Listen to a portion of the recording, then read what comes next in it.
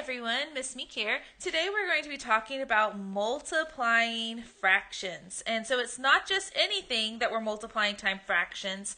We're multiplying these fractions times other fractions. So multiplying fractions by other fractions. We'll even talk about what to do when we have a mixed number and how do we multiply that as well. So let's go ahead and get started. I have some examples here. When we multiply fractions, what we are doing is we're multiplying the numerator times the numerator and the denominator times the denominator. So to do this process, I'm just multiplying straight across. I'm multiplying 4 times 1, which is 4. And I'm multiplying 5 times 7, which is 35. I want to check to make sure that my fraction is in simplest form. I do want to make sure that we, as sixth graders, are getting that practice of simplifying fractions. We never know what answer that we are going to have to give, whether it's the simplified one or not. So always make sure that you're checking for equivalent forms. So this particular fraction, 4/35, I can't simplify. It's already in simplest terms. And so my final answer here is 4/35. Take a look at number 2. Again, I'm going to multiply numerator times numerator. That's 1 times 3, which is 3. I'm going to be multiplying denominator times denominator, which is 8 times 3. That's 24. All right, again, I want to check for equivalent forms that could be in simplest form.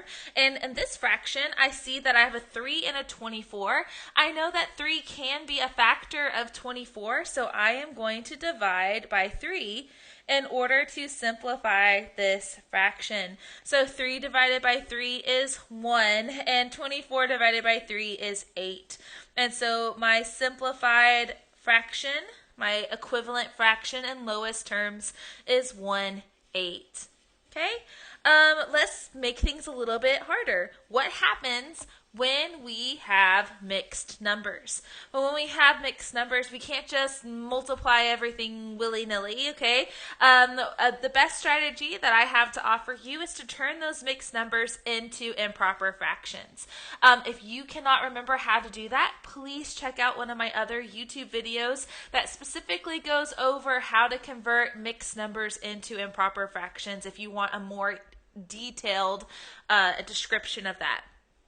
But what we're going to do here is we're going to multiply the denominator times the whole number, and then we're going to add 1. And so that is going to be 3/2 times 4/5. This is my new problem that I'm going to be solving here. Same rules apply. I'm going to be multiplying straight across. So 3 times 4 is 12. And 5 times 2 is 10. Now, I have an improper fraction. I also have a fraction that I see is not in lowest terms. It is not simplified into its lowest equivalent form. And so I am going to simplify it first, and then I'm going to turn it into a mixed number. So to simplify this, I see that I can divide this by 2.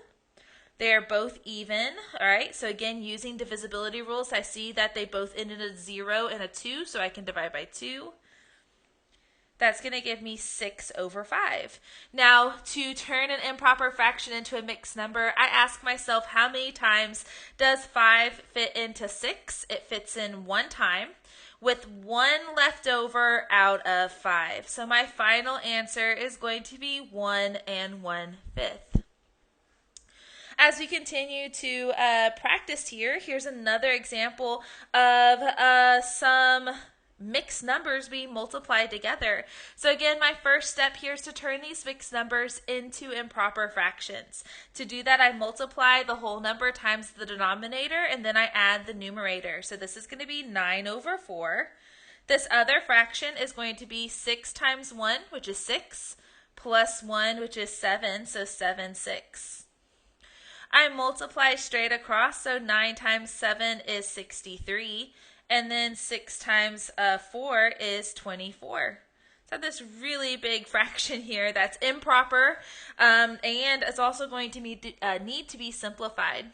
Looking at this, I can tell that 63 is divisible by 3. Remember, our divisibility rules, the way that we can figure that out is you add the digits together. And if they can be divided by 3, then the whole number can be divided by 3. So again, if you don't remember your divisibility rules, please check out that YouTube video for a refresher. 63 divided by 3 is 21. And 24 divided by 3 is 8. All right, I can see that I can't simplify it anymore. And so now it's time for me to turn this into a mixed number. So when I do that, I ask myself, how many times can 8 fit into 21? So essentially, I'm doing a division problem in my head. Okay, so 8 can go into 21 2 times. That's 16.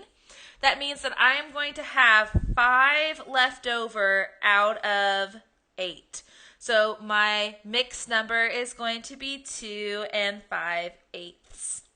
So again, if you can't remember how to turn an improper fraction into a mixed number, please check out that YouTube video that goes over that specifically so you can see that practice.